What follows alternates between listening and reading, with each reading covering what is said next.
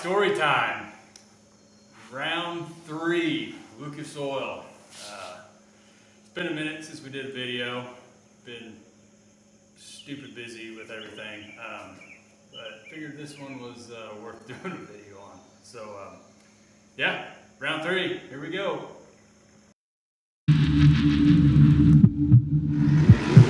It is Avery Sands and 57, TJ Siewers in the 57, and the 777 of Blake Reinkemeyer battling for the top spot as they come across. Oh my god! Oh my god!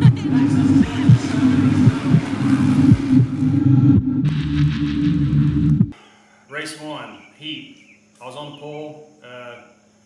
Got a horrible start like I usually do. Typical. It's what I do. Avery jumped out. Got a good jump. TJ was right there. Fred was right there. So we're all just kind of wadded up in a pretty good pack. I don't know what happened to Fred. He pulled off. I think he had an issue from qualifying, but it was Avery and me and TJ kind of going back and forth for a couple laps, and it was good racing. It was fun. It was exciting. I think it was 3rd lap. I haven't even watched the race yet. This is 2 weeks after, but going over the big tabletop into the left-hander, I knew I was gaining ground on him coming out of that left-hander, so I was getting a run at TJ, and TJ was right on Avery's bumper, and there was a little bit of a hole going over the bridge jump off to the right side, so I told myself I probably should have done it, but I went for it, and me and TJ just clipped just a little bit in the air, and it was just enough to send me sideways, and off we went. So it sucked, but it was my fault, honestly.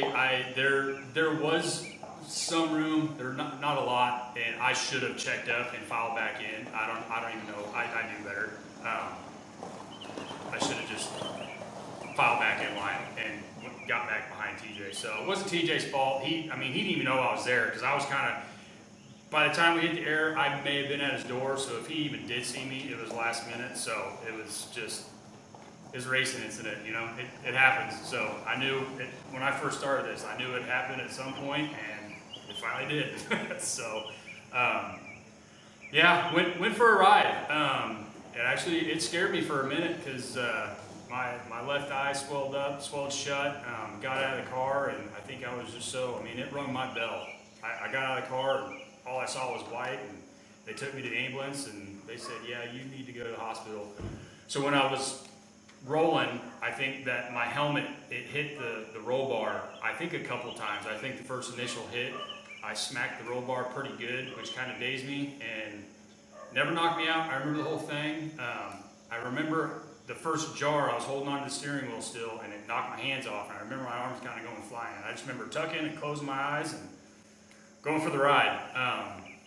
But yeah, it was the car held up. I got to give a shout out to my boy Brad, Vasco Speed and Performance. We kind of threw this thing together one winter, and it held up. I looked over most of the stuff, and I don't think a single one of his welds even broke. It shoved the cage over probably about an inch or 2 towards the passenger side, and all the stuff we put in held up. It was really just the factory stuff that was still intact, kind of crinkled it like a pop can. So it smashed all this down probably about an inch or 2, and shoved the cage over about an inch. So it got into the rear part of the chassis. It smashed that just from that. That was the main first hit, was on that left rear, so all that just got shoved over, so I'm probably gonna have to back half the car, and I don't know, I gotta tear it apart, but yeah, it was a ride. So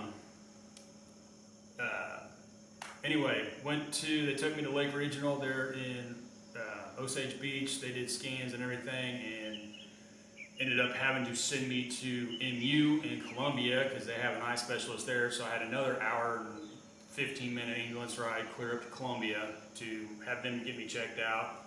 They said everything looked good. They held me overnight, just make sure I had some bleeding going on, and they just wanted to keep an eye on that, and they released me the next day, so everything was good. Never lost vision or anything like that, so that was a plus. That was scaring me for a good few hours. So yeah, we're healing up. Broke a rib, did a minor punctured lung. So rib's still a little sore, but man, I'm healing pretty quick. So yeah, as for the car, I don't know what I'm doing with it. It's gonna need a new chassis. I'm hoping I can salvage this one, but I'm gonna have to get a new one. I'm gonna probably rebuild a whole new car.